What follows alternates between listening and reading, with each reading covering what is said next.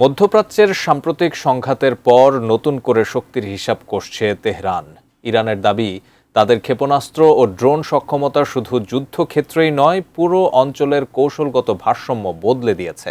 এমন বক্তব্য এসেছে তেহরানের জুমার নামাজের মঞ্চ থেকে। বিস্তারিত জানাচ্ছেন শিহাব ইসলাম। ইরানের সামরিক শক্তি মধ্যপ্রাচ্যের কৌশলগত সমীকরণ বদলে দিয়েছে।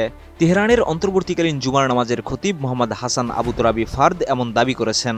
ইরানের আধা সরকারি বার্তা সংস্থা মেহের নিউজ এজেন্সি এ তথ্য জানিয়েছে। তেহরানে জুমার নামাজে দেওয়া বক্তব্যে তিনি বলেন, ইরানের সশস্ত্র বাহিনীর ক্ষেপণাস্ত্র ও ড্রোন সক্ষমতা দুই পারমাণবিক শক্তির আগ্রাসী শক্তিকেও নিস্তেজ করেছে। তার ভাষায়, এই সামরিক সক্ষমতা ইরানের শক্তির ভারসাম্য ও প্রতিরোধ অক্ষের পক্ষে নিয়ে এসেছে। খতিবের দাবি, জ্ঞান, প্রযুক্তি ও বিশ্বাসের সমন্বয়ে গড়ে ওঠা সামরিক শক্তি সাম্প্রতিক সংঘাতে কার্যকারিতা দেখিয়েছে। এর ফলে শুধু যুদ্ধক্ষেত্রে নয়, আঞ্চলিক রাজনীতিতেও নতুন বাস্তবতা তৈরি হয়েছে বলে মনে করছে তেহরান।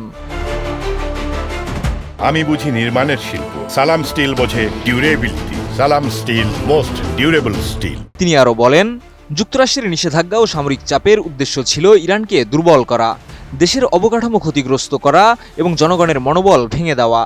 তবে সেই চাপই উল্টো ইরানের সক্ষমতা বাড়ানোর সুযোগ তৈরি করেছে বলে দাবি করেন তিনি। বক্তব্যে জাতীয় ঐক্যের বিষয়টিও গুরুত্ব পায়। আবু তোরাবি ফার্দ বলেন, সরকার, বিচার বিভাগ, আইনসভা এবং সাধারণ মানুষের মধ্যে অভূতপূর্ব সহযোগিতা তৈরি হয়েছে। এই সংহতি দেশের জন্য নতুন অধ্যায়ের সূচনা করেছে।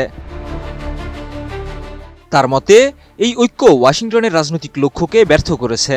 একই সঙ্গে ইসরায়েলকে রাজনৈতিক সংকটের আরও কাছে নিয়ে গেছে। যদিও এ বিষয়ে স্বাধীন কোনো সূত্র থেকে তাৎক্ষণিকভাবে এমন দাবির সত্যতা যাচাই করা যায়নি।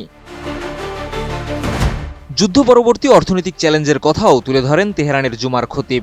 তিনি বলেন, জাতীয় ঐক্য এবং জনগণ ও রাষ্ট্রের দৃঢ় সম্পর্ক বজায় থাকলে ইরান সম্মান ও শক্তি নিয়ে এই সময় পার করতে পারবে। বিশ্লেষকদের মতে, সাম্প্রতিক সংঘাতের পর ইরান এখন সামরিক সক্ষমতা, রাজনৈতিক বার্তা এবং অভ্যন্তরীণ ঐক্যকে একসঙ্গে তুলে ধরার কৌশল নিয়েছে। আর সেই বার্তাই আবার উচ্চারিত হলো তেহরানের জুমার নামাজের মঞ্চে। শিহাব ইসলাম, ATN নিউজ।